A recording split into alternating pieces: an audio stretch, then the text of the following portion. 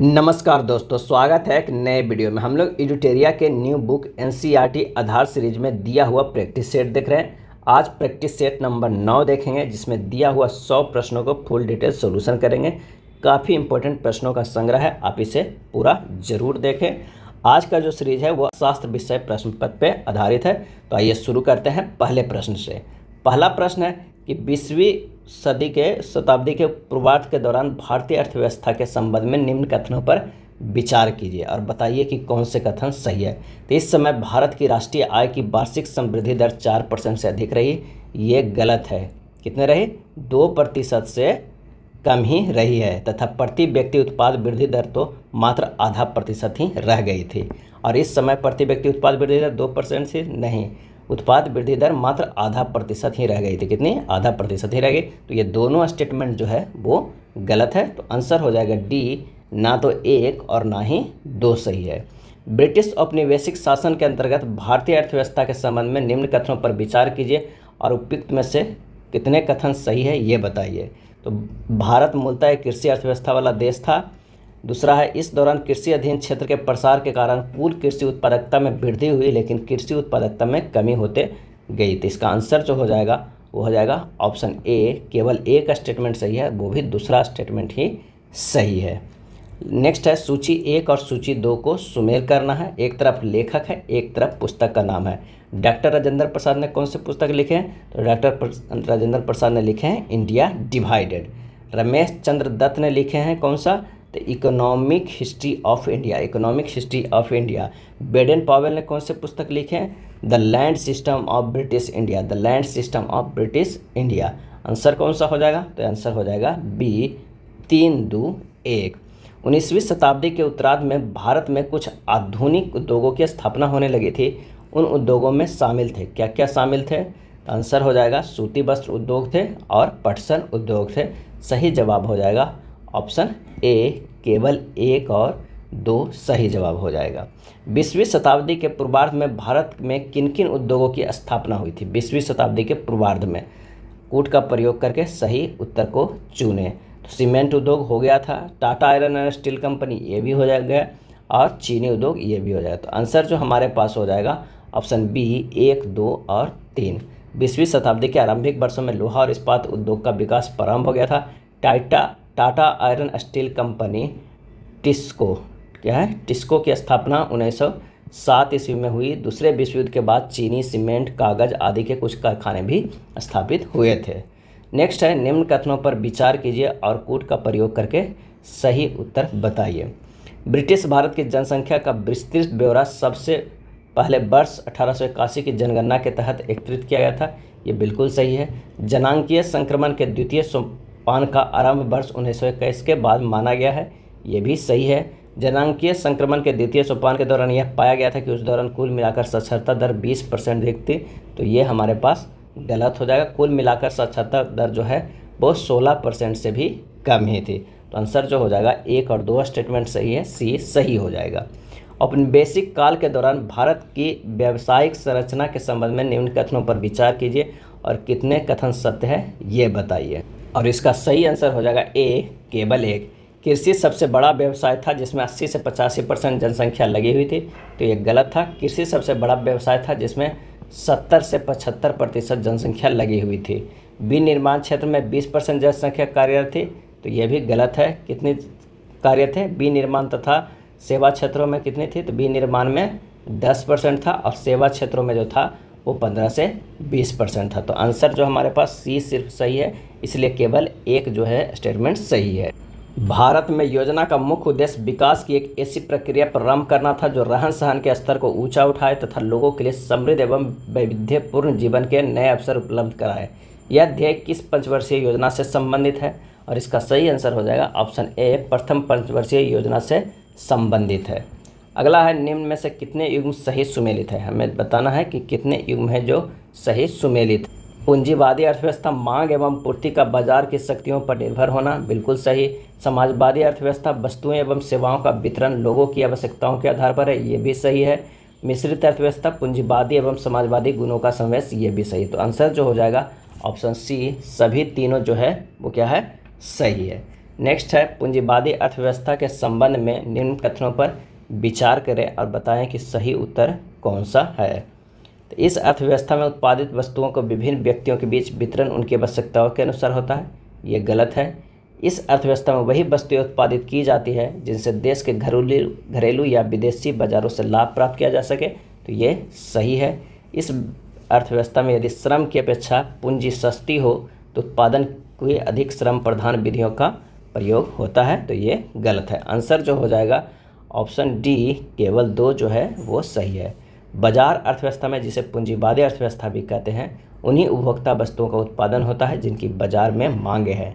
इसमें वही वस्तुएं उत्पादित की जाती है जिन्हें देश के घरेलू या विदेशी बाजारों में लाभ के लिए बेचा जा सके। अगला है समाजवादी अर्थव्यवस्था के संबंध में निम्न कथनों पर विचार करें, कथन कौन सा सत्य है ये बताइए। आइए देखते हैं। इस अर्थव्यवस्था में समाज की आवश्यकताओं के अनुसार विभिन्न वस्तुओं का उत्पादन किया जाता है, बिल्कुल सही है। इस अर्थव्यवस्था में वस्तुओं का उत्पादन तथा वितरण बाजार की शक्तियों पर निर्भर करता है, गलत है। समाजवादी अर्थव्यवस्था में निजी संपत्ति का स्थान होता है, ये भी गलत है। क्यूबा की अर्थव्यवस्था समाजवादी अर्थव्यवस्था के उदाहरण है, ये सही है। आंसर जो हमारे पास हो जाएगा सी 1 और 4 जो है वो सही है। समाजवादी समाज में सरकार ही यह निर्णय लेती है कि समाज की आवश्यकताओं के अनुसार विभिन्न वस्तुओं का उत्पादन किया जाए। यह माना जाता है कि सरकार यह जानती है कि देश के लोगों में हित में क्या है, इसलिए लोगों को व्यक्तिगत इच्छाओं की कोई महत्व नहीं दिया जाता है। सरकार ही यह निर्णय करती है कि वस्तुओं का उत्पादन तथा वितरण किस प्रकार किया जाए। नेक्स्ट है मिश्रित अर्थव्यवस्था के संबंध में निम्न कथनों पर विचार कीजिए और कौन सा कथन सत्य है इसके बारे में बताएं। तो इस अर्थव्यवस्था में केवल सरकार उत्पादक एवं वितरण को नियंत्रित करती है, ये गलत है। इस अर्थव्यवस्था में बाजार उन्हीं वस्तुओं और सेवाओं को सुलभ कराता है जिसका अच्छा उत्पादन हो सकता है, बिल्कुल सही। इस अर्थव्यवस्था में सरकार उन आवश्यक वस्तुओं और सेवाओं को सुलभ कराती है जिन्हें बाजार सुलभ कराने में विफल रहता है, ये भी सही है। आंसर जो हो जाएगा 2 और 3 सही है, ऑप्शन पी हो जाएगा। पंचवर्षीय योजनाओं के संबंध में निम्न कथनों पर विचार कीजिए और बताइए कि कौन सा कथन जो है वो सत्य है। तो वर्ष 1950 में योजना आयोग की स्थापना के साथ ही पंचवर्षीय योजना की शुरुआत हुई थी, बिल्कुल सही है। भारत में शुरू की गई पंचवर्षीय योजना संयुक्त राज्य अमेरिका के पंचवर्षीय योजनाओं से प्रेरित थी, तो ये जो हमारा है वो गलत है। भारत में शुरू की गई पंचवर्षीय योजना सोवियत संघ से लिया गया है। कहाँ से लिया गया है? सोवियत संघ के पंचवर्षीय योजना से प्रेरित था, तो आंसर जो हो जाएगा ए केवल 1 सही है। भारत में शुरू की गई पंचवर्षीय योजनाओं के लक्ष्यों में शामिल था, सही उत्तर को चुनें। तो समृद्धि, आधुनिकीकरण, आत्मनिर्भरता, समानता, ये चारों था। ऑप्शन जो हो जाएगा डी। निम्न कथनों पर विचार कीजिए, बताइए कि कौन सा कथन असत्य है। तो समृद्धि का अर्थ देश में वस्तुओं और सेवाओं की उत्पादक क्षमता में वृद्धि से हुई, बिल्कुल सही स्टेटमेंट है। अर्थव्यवस्था की भाषा में आर्थिक समृद्धि का प्रमाणिक सूचक सकल घरेलू उत्पाद जीडीपी में निरंतर वृद्धि को माना गया है, ये भी सही है। तो आंसर जो हमारे पास हो जाएगा, ये दोनों सही है, लेकिन असत्य कथन कर रहा है तो ना तो 1 होगा और ना ही 2 होगा। आधुनिकीकरण में शामिल है, क्या शामिल है? तो नवीन प्रौद्योगिकी का प्रयोग, बिल्कुल सही। सामाजिक दृष्टिकोण में परिवर्तन लाना, ये भी आंसर होगा सी, ए और बी दोनों हो जाएगा। कथनों पर विचार कीजिए और कितने कथन असत्य है ये बताइए। इसमें से कितने कथन असत्य हैं वो बताइए। आंसर हो जाएगा बी, केवल 2 कथन है जो असत्य है। प्रथम पंचवर्षीय योजना महालनोबिस के विचारों पर आधारित थी, ये गलत है। द्वितीय पंचवर्षीय योजना जो है वो महालनोबिस के विचारों पर आधारित था। महालनोबिस ने मुंबई में भारतीय सांख्यिकी संस्थान की स्थापना की थी, ये भी गलत है। मुंबई में नहीं, कहाँ? तो कलकत्ता में किए थे। महालनोबिस को भारतीय योजना का निर्माता माना जाता है, ये बिल्कुल सही है। तो आंसर जो हो जाएगा वो पहला और दूसरा स्टेटमेंट गलत है, तीसरा सही है। भारत में शुरू किया गया भू सुधार पद्धति के उद्देश्यों में शामिल था, कथन कौन सा सत्य है? तो आइए देखते हैं कि कौन सा कथन है। बिचौलियों की उन्मूलता तथा वास्तविक कृषकों की भूमि का स्वामी बनाना है, बिल्कुल सही। बड़े भूस्वामियों के लिए भूमि की अधिकतम सीमा का निर्धारण करना, ये भी सही है।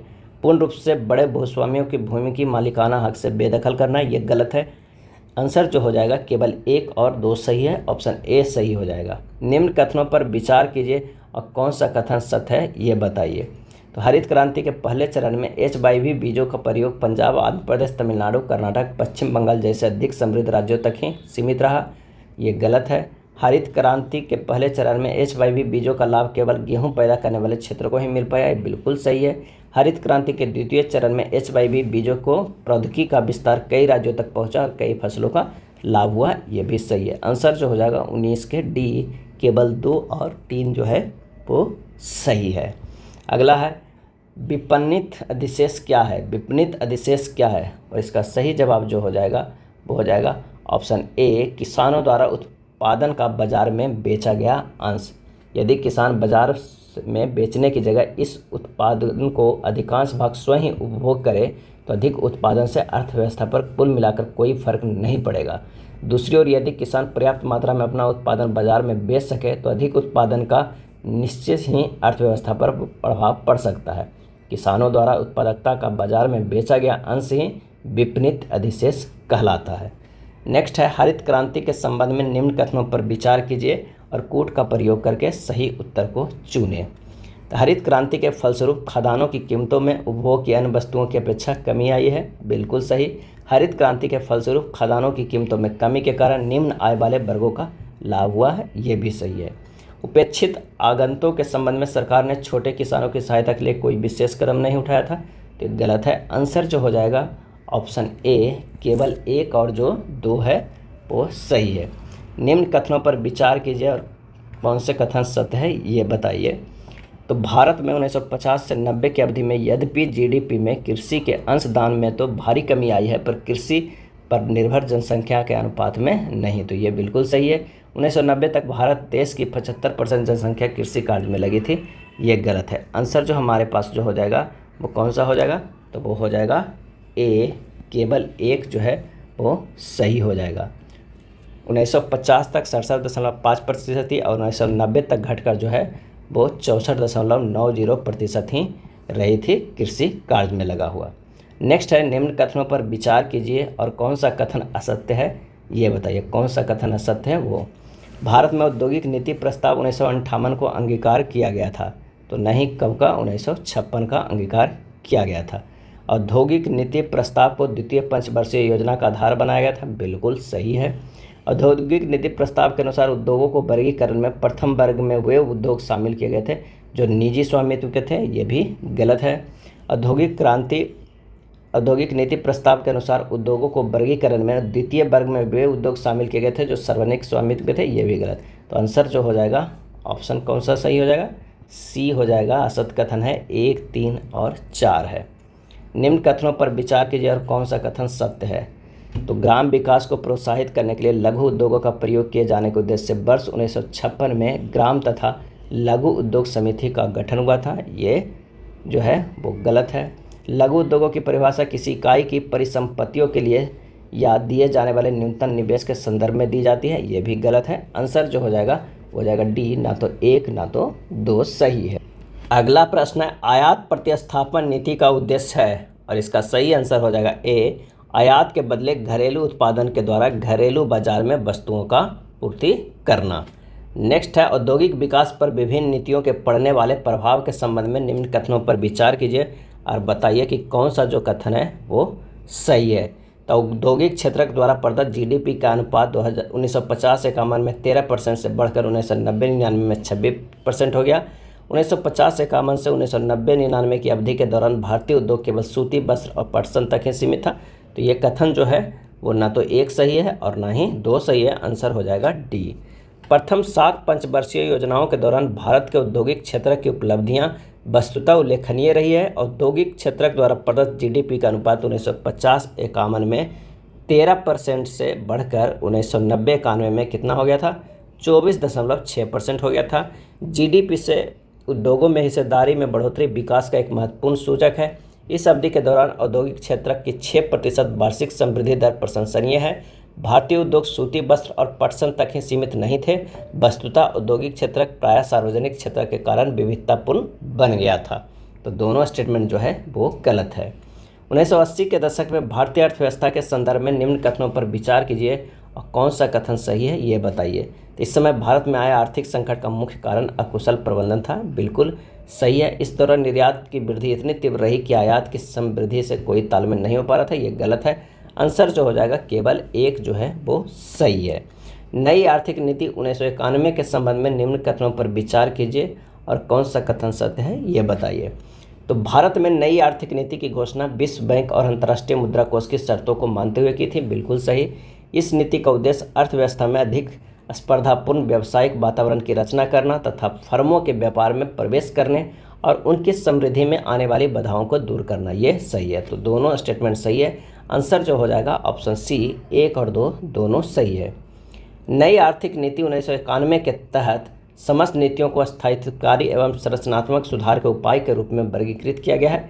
इस संदर्भ में निम्न कथनों पर विचार कीजिए और बताइए कि कौन सा कथन जो है वो सही है। तो स्थायित्वकारी उपाय दीर्घकालिक उपाय है, यह गलत है। संरचनात्मक सुधार उपाय अल्पकालिक उपाय है, ये भी गलत है।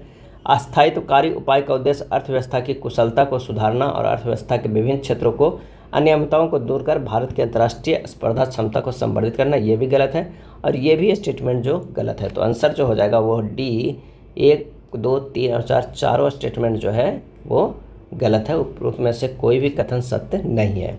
आइए इसके बारे में डिटेल जानते हैं कि भारत ने विश्व बैंक और अंतर्राष्ट्रीय मुद्रा कोष की ये शर्तें मान ली और नई आर्थिक नीति की घोषणा की। और इस नई आर्थिक नीति में व्यापक आर्थिक सुधारों को सम्मिलित किया गया। इन समस्त नीतियों का उद्देश्य अर्थव्यवस्था में अधिक स्पर्धापूर्ण व्यावसायिक वातावरण की रचना करना तथा फर्मों के व्यापार में प्रवेश करने और उनकी समृद्धि में आने वाली बाधाओं को दूर करना था। इन नीतियों को 2 उपसमूहों में विभाजित किया जा सकता है, स्थायित्वकारी उपाय तथा संरचनात्मक उपाय। के स्थायित्वकारी उपाय अल्पकालिक होते हैं जिनका उद्देश्य भुगतान संतुलन में आ गई कुछ त्रुटियों को दूर करना और मुद्रास्फीति को नियंत्रण करना था। नेक्स्ट है नई आर्थिक नीति 1991 के बाद भारत में उदारीकरण की प्रक्रिया में औद्योगिक क्षेत्र का विनियमीकरण किया गया। इसमें भारत में क्या क्या बदलाव हुए, कौन कौन से कथन सत्य है, ये हमें बताना है। तो लघु उद्योगों द्वारा उत्पादित अधिकांश वस्तुओं को भी अनारक्षित श्रेणी में कर दिया गया, ये सही है। एल्कोहल, सिगरेट, जोखिम भरे रसायनों, औद्योगिक विस्फोटकों, इलेक्ट्रॉनिक्स, विमानन तथा औषधि, पेयजल और इस्पात उद्योग को छोड़कर अन्य सभी उद्योगों के लिए लाइसेंसिंग व्यवस्था को समाप्त कर दिया गया, ये गलत है। तो आंसर जो हो जाएगा वो हो जाएगा 30 के 20 सही हो जाएगा, केवल 2 सही हो जाएगा। उदारीकरण के परिणाम स्वरूप भारत के वित्तीय क्षेत्र के संबंध निम्न कथनों पर विचार कीजिए और बताइए कि कौन सा कथन सही है। तो वित्त के क्षेत्र में व्यावसायिक और निवेश बैंक, स्टॉक एक्सचेंज और विदेशी मुद्रा बाजार जैसी वित्तीय संस्थाएं सम्मिलित हैं, ये सही है। भारत में वित्तीय क्षेत्र का नियमन सेबी का दायित्व है, ये गलत है। विदेशी निवेश संस्थाओं और व्यापारी बैंक, म्यूचुअल फंड और पेंशन कोष आदि को भी उदारीकरण के कारण भारतीय वित्तीय बाजारों में निवेश की अनुमति मिल गई है, ये सही है। आंसर हो जाएगा पहला और तीसरा सही है, केवल 1 सही हो जाएगा। निम्न कथनों पर विचार कीजिए और सत्य कथन बताइए। तो प्रत्यक्ष कर व्यक्तियों की आय और व्यावसायिक उद्यमों के लाभ पर लगाए जाते हैं, बिल्कुल सही है। अप्रत्यक्ष कर वस्तुओं और सेवाओं पर लगाया जाता है, ये भी सही है। आंसर हो जाएगा सी 1 और 2 दोनों सही है। मुद्रा अवमूल्यन के संबंध में निम्न में से कौन सा कथन सही है। आंसर हो जाएगा ए, इस प्रक्रिया से मुद्रा अवमूल्यन करने वाले देश का आयात कम तथा निर्यात जो है वो बढ़ जाता है। आंसर हो जाएगा ए। सूची 1 और सूची 2 को सुमेलित करना है। एक तरफ देश है, एक तरफ मुद्रा है। चीन का जो मुद्रा है वो युआन है। कोरिया की अगर मुद्रा करते हैं तो कोरियाई वोन है। जापान की अगर मुद्रा की बात करते हैं तो ये है येन। सिंगापुर का मुद्रा जो है वो डॉलर है और जर्मनी का मुद्रा जो है वो यूरो है। क्या है? यूरो है। तो आंसर जो हमारे पास हो जाएगा वो हो जाएगा सी। निम्न में से कौन सा युग्म सही सुमेलित नहीं है। इसमें सही सुमेलित नहीं है तो नवरत्न भारत संचार निगम लिमिटेड ये सही नहीं है, बाकी तीनों जो है वो सही है। किसी सार्वजनिक उपक्रम के स्वामित्व या प्रबंधन का सरकार द्वारा त्याग कहलाता है। आंसर हो जाएगा ऑप्शन बी, निजीकरण।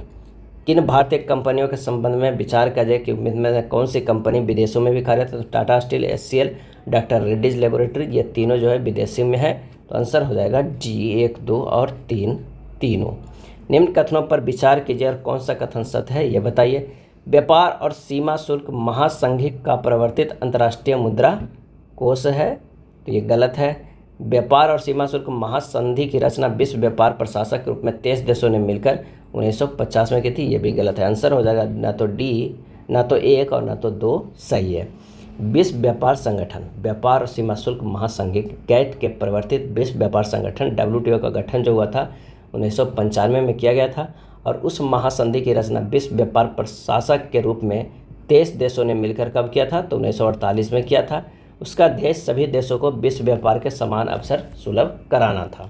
चलिए अगले प्रश्न पे चलते हैं। अगला है, निम्न कथनों पर विचार कीजिए और बताइए कि कौन सा कथन जो है वो सही है। भारत ने 1951 से 56 में प्रथम पंचवर्षीय योजना की घोषणा की थी, बिल्कुल सही है। पाकिस्तान की पंचवर्षीय योजना का मध्यकालिक विकास योजना भी कहा जाता है, ये भी सही है। भारत की आखिरी योजना 12वीं पंचवर्षीय योजना 2012 से 17 पर आधारित थी, ये भी सही है। चीन अपनी 14वीं पंचवर्षीय योजना 2022 से 26 पर काम कर रहा है, तो ये गलत है। आंसर हो जाएगा 1, 2 और 3 सही है। ऑप्शन ए जो है वो सही हो जाएगा।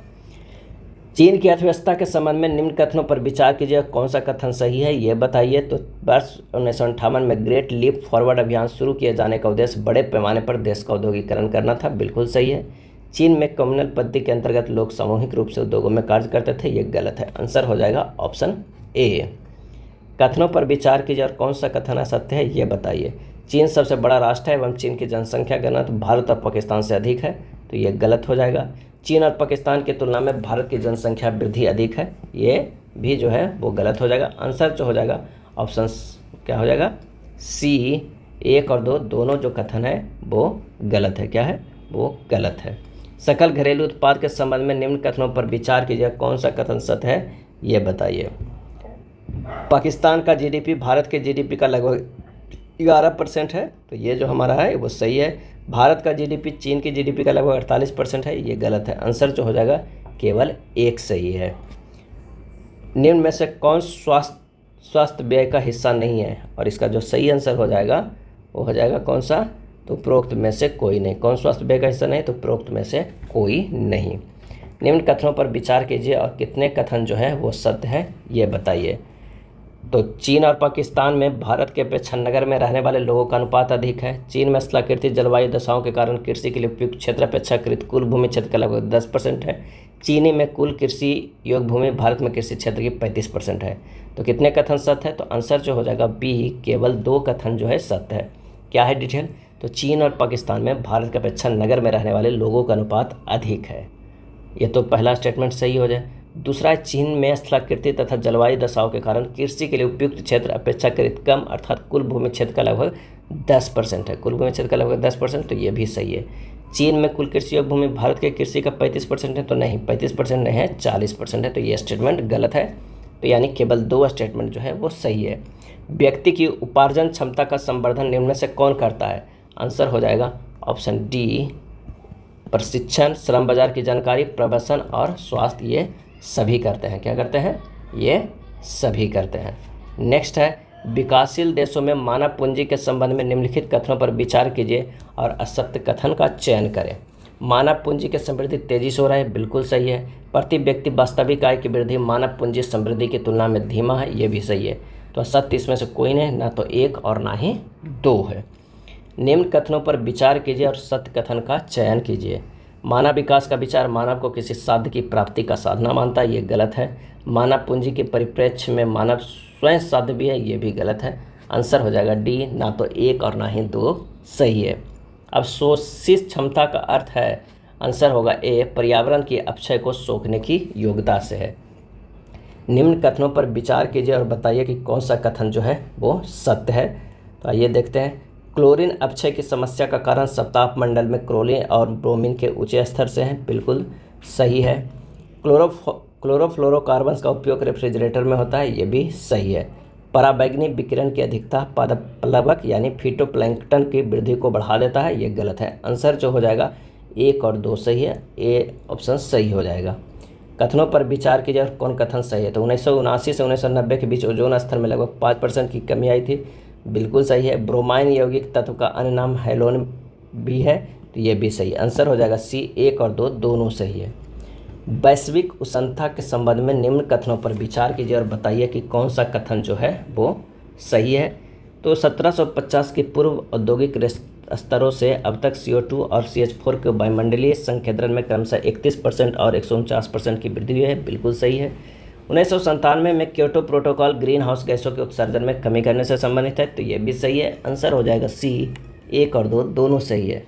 कथनों पर विचार कीजिए और बताइए कि कौन सा कथन जो सा है वो सत्य नहीं है। चिपको आंदोलन उत्तराखंड राज्य से शुरू किया गया था, बिल्कुल सही है। अपिको आंदोलन तमिलनाडु राज्य से शुरू किया गया था, यह गलत है। तो आंसर जो हो जाएगा वो कौन हो जाएगा, तो सत्य नहीं है। तो आंसर हो जाएगा बी, केवल दूसरा है जो सत्य नहीं है। निम्न कथनों पर विचार कीजिए और कौन सा कथन सत्य है। तो भारत में प्रति व्यक्ति जंगल भूमि केवल 0.06 हेक्टेयर है, तो ये बिल्कुल सही है। भारत में बुनियादी आवश्यकताओं की पूर्ति के लिए प्रति व्यक्ति जंगल भूमि 0.47 हेक्टेयर होनी चाहिए, ये भी सही है। आंसर हो जाएगा ऑप्शन सी, 1 और 2 दोनों सही है। निम्न कथनों पर विचार कीजिए और कौन सा कथन सत्य है, ये बताइए। तो भारत सरकार द्वारा केंद्रीय प्रदूषण नियंत्रण बोर्ड की स्थापना वर्ष 1975 में की गई थी, गलत है, 1974 ईस्वी में किया गया था। भारत में विभिन्न राज्य स्तरीय प्रदूषण बोर्ड सरकारों को जल प्रदूषण के रोकथाम, नियंत्रण और कमी के लिए जल धाराओं द्वारा नदियों और कुओं की स्वच्छता के संवर्धन के लिए तकनीकी सहायता प्रदान करते हैं, ये सही है। आंसर हो जाएगा ऑप्शन कौन सा, तो 54 का हो जाएगा बी। UNCED का पूर्ण विस्तार है और इसका सही आंसर हो जाएगा ऑप्शन सी, संयुक्त राष्ट्र पर्यावरण और विकास सम्मेलन है। निम्न कथनों पर विचार कीजिए और बताइए कि कौन सा कथन सही नहीं है। इसमें से बताना है कि कौन सा जो कथन है वो सही नहीं है।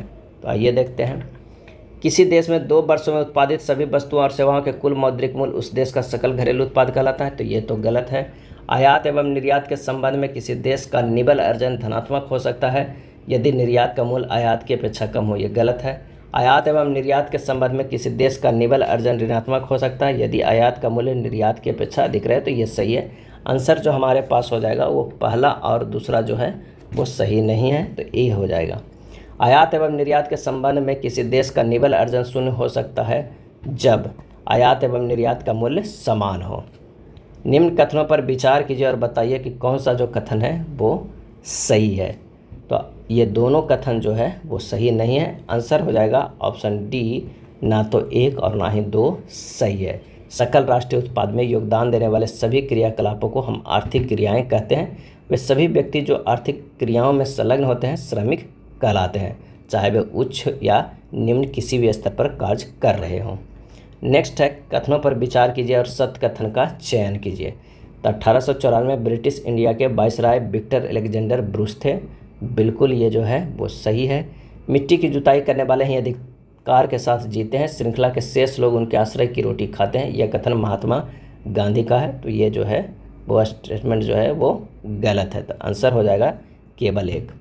विक्टर अलेक्जेंडर ब्रूस 1894 में ब्रिटिश इंडिया के वायसराय थे। मिट्टी की जुताई करने वाले हैं अधिकार के साथ जीते हैं, श्रृंखला के शेष लोग उनके आश्रय की रोटी खाते हैं, यह महात्मा गांधी ने नहीं, थिरुवल्लुवर ने कहे थे। किसने? थिरुवल्लुवर ने। निम्न कथनों पर विचार कीजिए और सत्य कथन का चयन कीजिए। तो थर्मल और हाइड्रो पावर का पर्यावरण पर प्रतिकूल प्रभाव पड़ता है, बिल्कुल सही। कार्बन डाइऑक्साइड एक ग्रीन हाउस गैस का उदाहरण है, ये भी सही है। तो ना तो 1 और ना ही 2 जो है सत्य कथन है, दोनों सत्य है। नाबार्ड के संबंध में निम्न कथनों पर विचार कीजिए और सत्य कथन का चयन कीजिए। इसकी स्थापना 1982 में की गई थी, बिल्कुल सही। यह संपूर्ण ग्रामीण वित्त व्यवस्था के समन्वय के लिए एक शीर्ष स्थान है, ये भी सही। यह सामाजिक बैंकिंग का उदाहरण है, ये भी सही। आंसर हो जाएगा डी, 1, 2 और 3। स्वयं सहायता समूह SHG के संबंध में निम्नलिखित कथनों पर विचार कीजिए और सत्य कथन का चयन करें। इसके द्वारा ग्रामीण शाखा का प्रादुर्भाव हुआ, बिल्कुल सही। इसके द्वारा ऋण प्रदान करने की व्यवस्था की जाती है, ये भी सही। तो आंसर हो जाएगा ऑप्शन सी, 1 और 2 दोनों सही है। कृषि विपणन प्रक्रिया में निम्न में से क्या सम्मिलित है? तो भंडारण, प्रसंस्करण, परिवहन, पैकिंग और वितरण, ये पांचों सही है। ऑप्शन डी जो है वो सही हो जाएगा। ग्रामीण बैंक की संस्थागत संरचना में निम्न में से कौन सा सम्मिलित है? तो क्या है? क्षेत्रीय ग्रामीण बैंक, RRB सहकारी व्यावसायिक बैंक, भूमि विकास बैंक, ये चारों। आंसर जो हो जाएगा वो हो जाएगा डी। 2020 में भारतीय संसद द्वारा 3 कृषि कानून मुख्य रूप से किस संबंध में पारित किए गए थे? और इसका सही आंसर हो जाएगा ऑप्शन सी, कृषि विपणन से। क्या है? कृषि विपणन से। अगला प्रश्न है, तनवा नामक परियोजना के संबंध में निम्न कथनों पर विचार कीजिए और सत्य कथन का जो है वो चयन कीजिए। यह कर्नाटक में प्रारंभ किया गया था। यह महिला तथा पुरुषों की नवीनतम कृषि तकनीकों का प्रशिक्षण देने के प्रारंभ की गई थी। तो ये दोनों स्टेटमेंट जो है वो सही नहीं है। तो आंसर हो जाएगा ऑप्शन डी, ना तो 1 और ना तो 2। तमिलनाडु में महिलाओं को नवीनतम कृषि तकनीकों का प्रशिक्षण देने के लिए तनवा नामक परियोजना प्रारंभ की गई थी। इसमें महिलाओं को कृषि उत्पादकता, जैविक खेती और पारिवारिक आय की वृद्धि के लिए सक्रिय रूप से भाग लेने के लिए प्रोत्साहित किया गया था। तिरुचिरापल्ली में एंथोनियाम्मल द्वारा संचालित प्रशिक्षित महिला समूह कृमि खाद बनाकर बेच रहा है और इस कार्य में आय कमा रहा है। गैर कृषि अंतर अर्थतंत्र के गतिशील अपघटकों में निम्न में से कौन से क्षेत्र सम्मिलित है? गैर कृषि अर्थतंत्र के गतिशील अपघटकों में निम्न में से कौन से क्षेत्र सम्मिलित है? और इसका जो आंसर हो जाएगा वो हो जाएगा कृषि प्रसंस्करण उद्योग, खाद्य प्रसंस्करण उद्योग, चर्म उद्योग और पर्यटन, ये चारों। तो आंसर हो जाएगा डी। फल सब्जियों के उत्पादन में विश्व में भारत का स्थान कौन सा है? और इसका आंसर हो जाएगा ऑप्शन बी, द्वितीय। जैविक कृषि के संबंध में निम्न कथनों पर विचार करें और सत्य कथन का चयन करें। तो जैविक खेती में निवेश से प्रतिफल अधिक मिलता है। रासायनिक आगतों से उत्पादित खाद की तुलना में जैविक विधि से उत्पादित भोज्य पदार्थों में पोषक तत्व अधिक होते हैं। जैविक खेती में श्रम आगंतुकों का प्रयोग परंपरागत कृषि की अपेक्षा अधिक होती है। तो ये तीनों जो है वो हो जाएगा क्या? सही। तो आंसर हो जाएगा 1, 2 और 3। केंद्रीय कपास शोध संस्थान कहाँ अवस्थित है? केंद्रीय कपास शोध संस्थान कहाँ अवस्थित है? आंसर हो जाएगा ऑप्शन सी, नागपुर में स्थित है। निम्न कथनों पर विचार कीजिए और असत्य कथन का जो है वो चयन कीजिए। तो इकोनॉमिक हिस्ट्री ऑफ इंडिया पुस्तक के लेखक दादा भाई नौरोजी हैं। तो ये जो है वो क्या हो जाएगा? गलत है। The land system of British India पुस्तक के लेखक कार्ल मार्क्स है, ये भी गलत है। तो आंसर जो हमारे पास हो जाएगा वो कौन सा हो जाएगा? असत्य कथन। तो ये 1 और 2 दोनों हो जाएगा। पहला पुस्तक इकोनॉमी हिस्ट्री ऑफ इंडिया के लेखक हैं रमेश चंद्र दत्त, और जो दूसरा पुस्तक दिया हुआ है the land system of British India पुस्तक के लेखक हैं BH बेडेल पॉवेल। अगला है निम्न कथनों पर विचार कीजिए और सत्य कथन का चयन करिए। कुटुंब श्री पश्चिम बंगाल में चलाया जा रहा एक सामुदायिक कार्यक्रम है। तो ये गलत है। इस कार्यक्रम का उद्देश्य महिलाओं को निर्धनता निवारण करना है, ये सही है। आंसर जो हो जाएगा वो केवल 2 हो जाएगा। केरल प्रांत में महिलाओं की ओर उन्मुख एक निर्धनता निवारक सामुदायिक कार्यक्रम चला रहा है, इसका नाम कुटुंब श्री है, केरल में चलाया जा रहा है। 1999 में भारत सरकार द्वारा गठित तापस मजूमदार समिति किससे संबंधित है? और इसका आंसर हो जाएगा ऑप्शन बी, शिक्षा से संबंधित है। निम्न कथनों पर विचार कीजिए और सत्य कथन को चयन कीजिए। अर्थशास्त्री उसे बेरोजगार कहते हैं जो पूरे दिन की अवधि में 3 घंटे का रोजगार भी नहीं पा सकता है। भारत के कृषि में फैली बेरोजगारी के अर्थशास्त्री संरचनात्मक बेरोजगारी कहते हैं। सत्य कथन का चयन करें। ये आंसर हो जाएगा ना तो 1 सही है ना तो 2 है। अर्थशास्त्री उसे बेरोजगार कहते हैं जो आधे दिन की अवधि में 1 घंटे का रोजगार भी नहीं पा सकता है। भारत में बेरोजगारी के आंकड़ों को 3 स्रोत है: भारत की जनगणना रिपोर्ट, राष्ट्रीय सांख्यिकी कार्यालय की रोजगार और बेरोजगारी की अवस्था संबंधी रिपोर्ट PLFS की वार्षिक रिपोर्ट तथा रोजगार और प्रशिक्षण महानिदेशालय के रोजगार कार्यालय में पंजीकृत आंकड़े।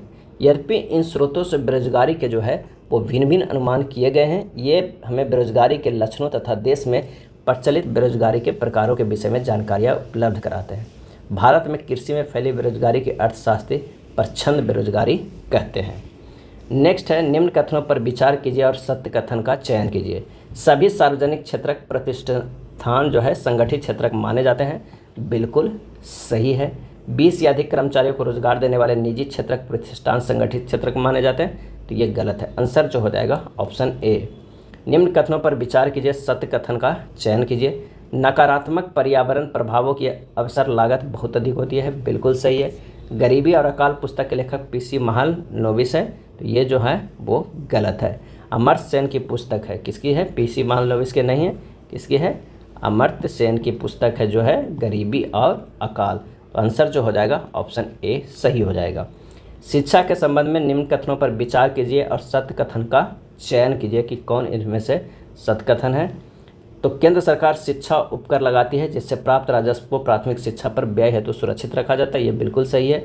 शिक्षा आयोग ने शिक्षा पर GDP का 5% खर्च का सुझाव दिया था 1964 से 66 में, तो ये गलत हो जाएगा। 6% शिक्षा पर खर्च किया जाना चाहिए था।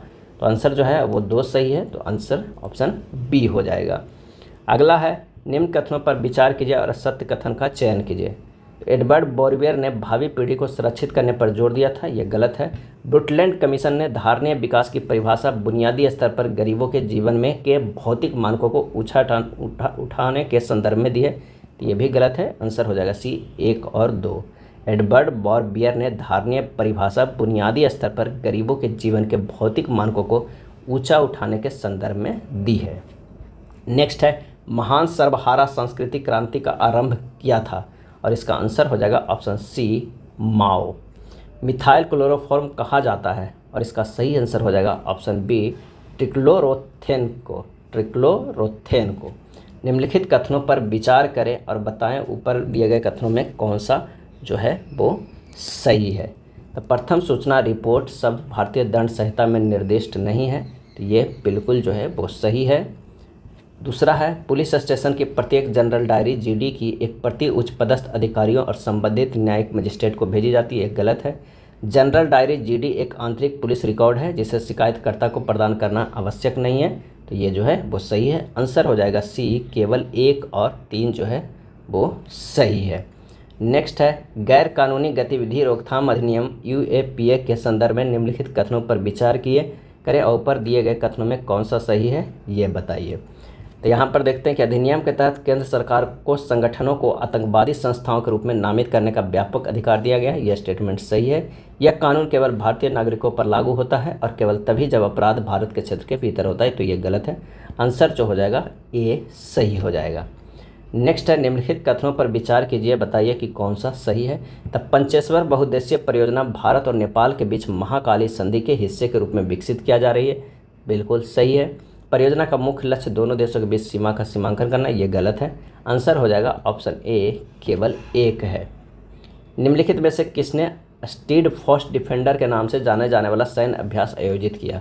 सही आंसर हो जाएगा बी, उत्तर अटलांटिक संधि संगठन नाटो। अंतर्राष्ट्रीय खगोलीय संघ IAU मुख्य रूप से इसके लिए जिम्मेदार है। आंसर हो जाएगा डी, खगोलीय पिंडों के लिए मानक और वर्गीकरण स्थापित करना है। वैश्विक कपड़ा कार्यक्रम भारत टेक्स 2024 कहाँ आयोजित किया जा रहा है? सही आंसर हो जाएगा ऑप्शन सी, नई दिल्ली में।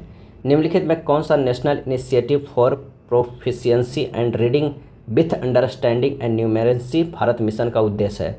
आंसर हो जाएगा ऑप्शन सी, बच्चों को आवश्यक पढ़ने समझने और बुनियादी गणित कौशल से लैस करें। निम्नलिखित में कौन सा उद्देश्य बाढ़ प्रबंधन और सीमा क्षेत्र कार्यक्रम FMBAP है? और इसका आंसर हो जाएगा ऑप्शन सी, बाढ़ के जोखिमों का प्रबंधन करना और सीमावर्ती क्षेत्रों की सुरक्षा करना। विश्व व्यापार संगठन के 13वें मंत्रिस्तरीय सम्मेलन MCA 13 ने हाल ही में सेवाओं में अंतर्राष्ट्रीय व्यापार की सुव्यवस्थित करने और उन्हें सर्वाधिक पसंदीदा राष्ट्र के आधार पर लागू करने के उद्देश्य के नए नियम लागू किए हैं।